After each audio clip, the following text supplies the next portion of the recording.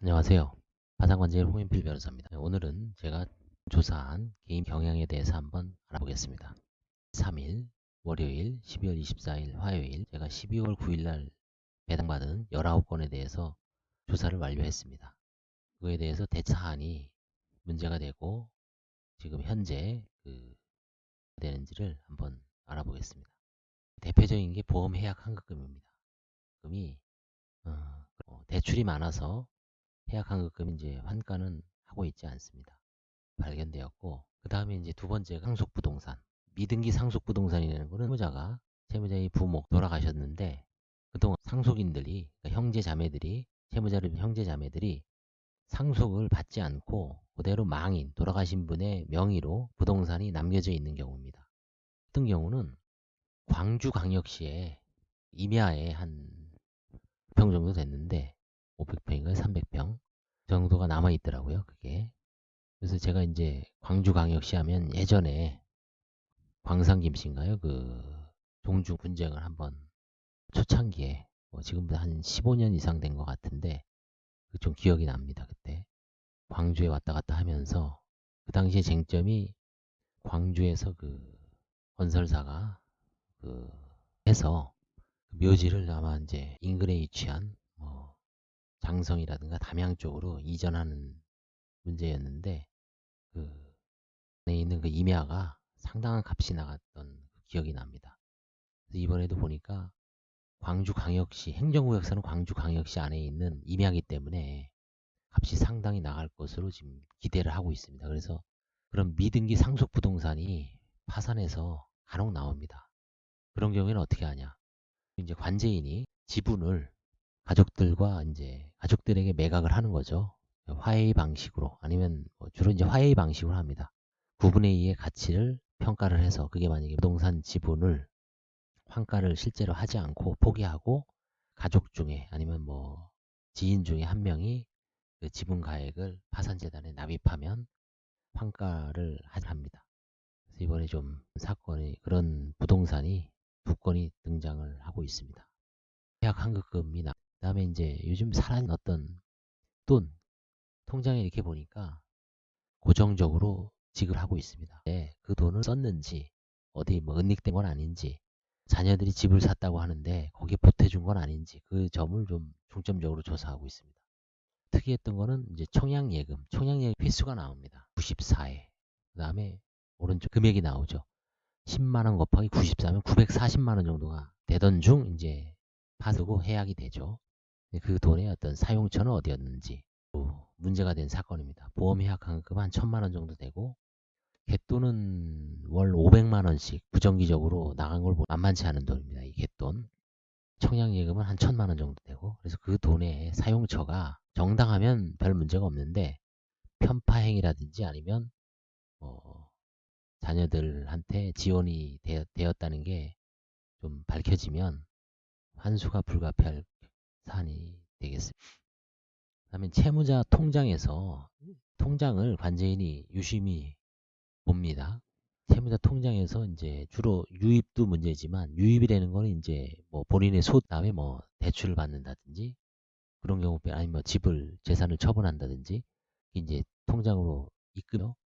다만 이제 유출 끊임없이 되죠. 채무자들의 통장은 진짜 샘물처럼 유출이 되고 있습니다. 쓸 데가 워낙 많으니까 빚도 갚고 그다음에 생활비도 내야 되고 카드 대금도 변제해야 되고 또 개인 되고 이자 내야 되고 하여튼 거래처 대금 줘야 되고 유출이 일어나죠. 마이너스 채무자 통장에서 유출한 금액을 살펴보고 6개월 내에 배우자의 통장으로 상당한 금액이 계산기를 좀 두드려 봐야 되는데 대충 눈대중으로 이렇게 해보니까 소득은 즉각 배우자의 통장으로 넘어갑니다. 그래서 이게 왜 문제가 되냐면 배우자가 이제 자녀를 양육하는데 많은 돈이 들 것 같은 이해된 측면이 있는데 그게 이제 파산을 앞두고 급격하게 일어나는 것 같습니다. 지금 대통령령으로 정하는 6개월의 생계비는 얼마입니까? 작년 9월인가요? 10월에 올랐죠. 185만 원입니다. 곱하면은 요거 1110만 원이 되죠. 예전엔 900만 원이었습니다. 210만 원이 그러니까 당연히 이제 생계비를 좀 올려줬습니다. 이거 무슨 얘기냐면 채무자가 만약에 뭐 월 고정적으로 아니면 본인 수중에 한 1,000만 원 정도가 있을 때 직업이 없거나 장애로 인해서 소득을 올리지 못하는 경우도 있을 수 있고, 그런 경우에 대해서 파산을 앞두고 파산 면책 신청을 하면서 면제재산 결정, 예전에는 900만 원에서 관제인이 환수를 못하게 면제를 해주는 제도가 있습니다. 그런 경우에 이제 1110만 원까지는 이제 환수를 할 때 1110만 원의 범위를 고려하죠. 그래서 만약에 이 사안에서 통장에서 유출된 금액이 6개월을 기준으로 2천만 원이다. 근데 생계비는 1110만 원이니까 이론적으로는 900만 원 정도를 환수를 할 수가 있죠. 그래서 이런 사안은 제가 뭐 최근에 통장과 관련해서는 좀 변제 행위를 환가한 사례는 있어도 이렇게 이제 배우자한테 아니면 가족들한테 과도한 금액이 유출된 경우에 이를 과연 고민 중인 사건이 있습니다. 이번에 특이하게 무허가 소재 지방 소재 무허가 건물, 지방 소재 무허가 건물이 이제 문제가 됐는데, 이 경우에는 이거는 이제 발견 경로는 부모 일자를 물어보고, 이제 모친의 부모가 사망을 하면 가족관계가 적지를 않습니다. 사망한 부모나 배우자는 안에 부 사망일자, 어머니의 사망일자, 배우자의 사망일 기재하고, 사망자는 일단 가족으로 보기는 어렵죠. 망인이니까. 부만 조사를 합니다. 최근에 사망했는지 아니면 오래전에 사망했는지. 최근에 사망했으면 상속 재산 협의 분할이 있었는지 상속 포기가 있었는지. 그 다음에 이제 10년 넘었을 때라도 미등기 재산이 있을 수 있습니다.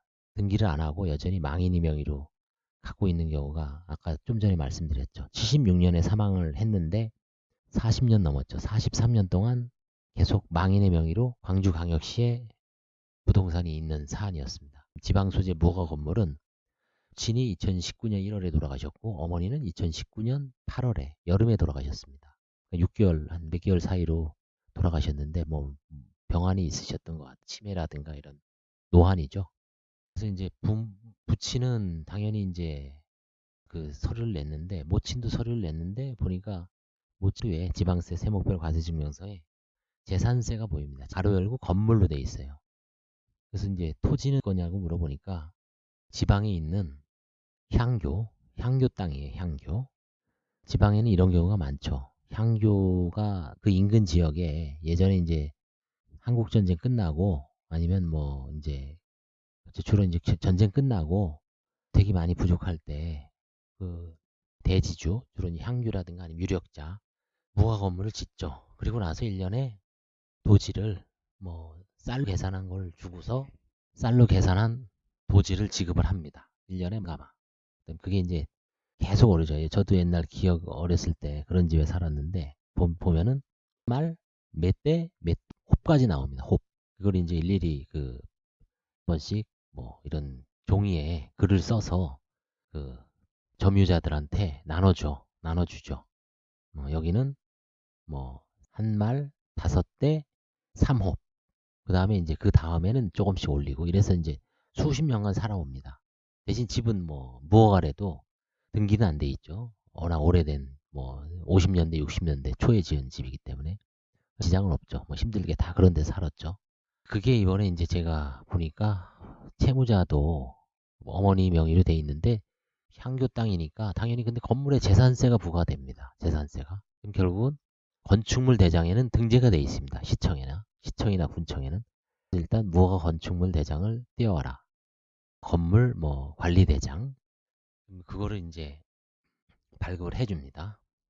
면적이라든가 이런 게 그 이제 과거에 저도 이제 지방에서 살게 얼마 전에 형이 그 건물을 팔았다는 걸 얘기하게 됩니다. 결국은 그걸 뭐 처음부터 얘기를 쉽게는 안 하죠. 이렇게 이제 간주인하고 이렇게 대화를 하는 과정 속에서 이런저런 얘기하다 보니까 1,100만 원에 파는 겁니다. 채무자는 3남매, 형 하나 있고 여동생 하나 있고. 결국은 채무자의 법정 상속분은 부모 다 돌아가셨으니까 3분의 1이죠. 700만 원. 원칙적으로 이제 하산재단에 편입을 해야 되죠. 수익자는 지금 형이 그 돈을 다 갖고 있는데 그 부분을 어떻게 한가할 것인가, 뭐 금액을 좀 깎아서. 채무자는 지금 과거에 어떤 무역을 하다가 10년 전에 세금을 좀 많이 체납을 하고 뭐 무너져서 세금만 수천만 원이기 때문에 환가를 하더라도 채권자들한테 들어갈 돈은 없습니다. 들어갈 돈은 없고 뭐 하고 파산법상 최우선 변제 재단 채권이라 그러죠. 그걸 변제를 하면 남는 게 없습니다. 하여튼 그 지방 소재 무허가 건물 몇 달 전에도 아마 이런 비슷한 게 하나 있어서 평택 정도 있었던 것 같은데, 워낙 건물이 낡아서 사진을 찍어오라고 했더니 건물이 낡아서 뭐 제가 이제 눈여겨보지 않고 그냥 환가를 포기했는데 사진 찍어서 첨부해서 이번에도 이제 아마 본인이 밝히지 않았으면 뭐 넘어갔었는데, 그 부분을 뭐 제가 좀 하게 여러 가지로 이제 이렇게 이런저런 과정 속에서 채무자가 결국 이제 발설을 해서 실토를 하게 된 사안이 있습니다. 지금 이혼 재산 분할 제척 기간이 경과한 배우자의 임차 보증금, 이런 경우는 이혼 재산 분할은 재판상 이혼을 하고 그 재산 분할 청구를 청구할 수 있는 기간이라고 그러죠. 소멸시효하고 좀 해야 됩니다. 권리를 행사해야 돼요. 근데 그 기간이 2년입니다. 2년. 본 사안에서 협의 이혼한 지는 벌써 지났습니다. 한 5년 정도 지났어요. 근데 지방에 살다가 이 원래 파산 신청을 하는 게 맞을 수도 있는데 19년도에 이제 서울로 이주한 다음에 서울에다 파산 신청을 하고 배우자하고 자녀들은 여전히 저쪽 지방에 계세요. 근데 한 5년 전에 이혼을 했는데 그 당시에 다 넘겨주고 왔습니다. 넘겨준 게 뭐냐면 본인 명의의 집을 갖고 있다가 팔고서 8천 정도 되는 거를 전세로 얻어서 배우자 명의로 해준 거죠. 자녀들 양육하고 그걸 다 넘겨주고 채권을 동시에 결국은 관기간이 지났기 때문에 행사할 수 없죠. 만약에 2년이 안 지나면 뭐 재산분할 청구권을 행사할 수 있다는 게 통상에서는. 근데 2년이 지났기 때문에 기간 관제인이 뭐 소송을 하더라도 그건 각하 내지 각하 사안이죠. 이런 경우에 배우자 명의로 이제 바꿔놨잖아요. 본인 명의로 이제 팔고 빚을 넣은 다음에 배우자 명의로 이제 임차보증금을 어떻게 평가할 것인가? 이게 은닉일까요? 불이익한 처분. 거기에 외관상 해당되죠. 외견상. 딱 보면 딱 들어맞는 거, 딱 들어맞아요. 그게. 이혼 여부를 떠나서.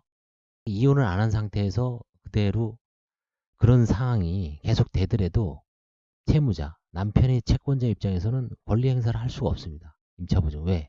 배우자 명의로 돼 있죠. 별산제죠. 소송을 해서 강제 집행을 할 수가 없습니다. 자, 근데 파산에서는 어떨까요? 파산에서는 그 당시에 이미 빚이 많은 상태였어요.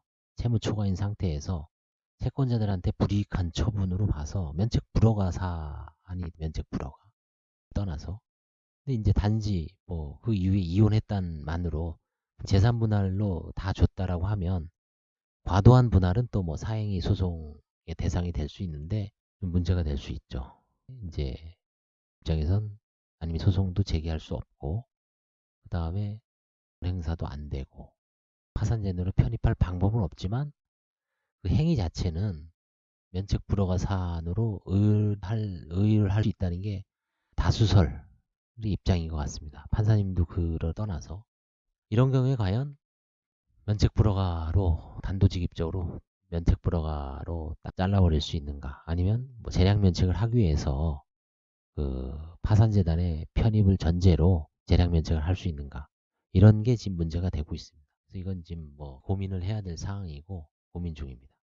상속의 선급 특수이라 그러죠. 돌아가셨을 때 이제 상속이 개시되죠.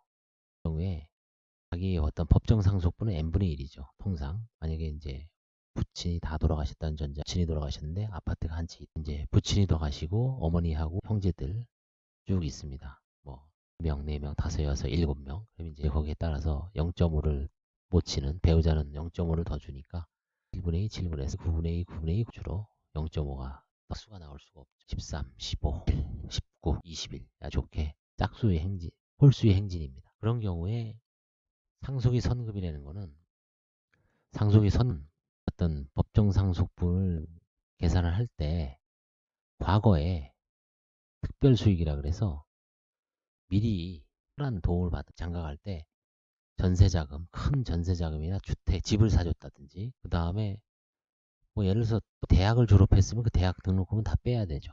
그 다음에 이제 나머지 형제들은 대학을 나왔는데 뭐 큰형은 대학원까지 나왔다. 석사과정이냐 박사과정이냐, 특별 수익이냐 아니냐, 논란이 많죠. 그런 게 어려운 문제가 있습니다. 이제 뭐 집을 사주고 전세금을 얻어주고, 그 다음에 중간중간에 또 이제 사업자금을 꺼가고, 그 다음에 뭐 사업자금을 가져갈 수가 있죠. 그랬을 때 그 부분을 특별수익 때 이제 이 부분을 쭉 검토를 해야 됩니다. 근데 이제 오늘 그 사안에서는 돌아가시고 강남에 있는 뭐 10매덕 대죠.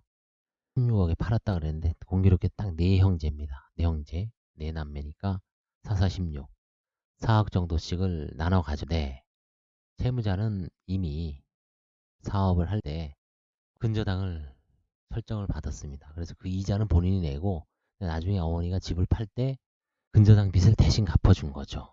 그리고 나머지는 너는 이제 4분의 1을 가져간 셈이니까 나머지 형제들이 이제 그 나머지를 이제 4분의 1씩 나눠 갖고, 그랬을 때 뭐 이런 공평성을 봐서, 다만 이제 상속이 선급도 좀 더 이제 이 사람이 이제 사업자금으로 다른 자녀들도 뭐 집을 사줄 때 도움을 받았다든지 그런 부분도 또 다시 살펴봐야 합니다. 그럼 같이 또 찾아올 게 있을 수가 있죠.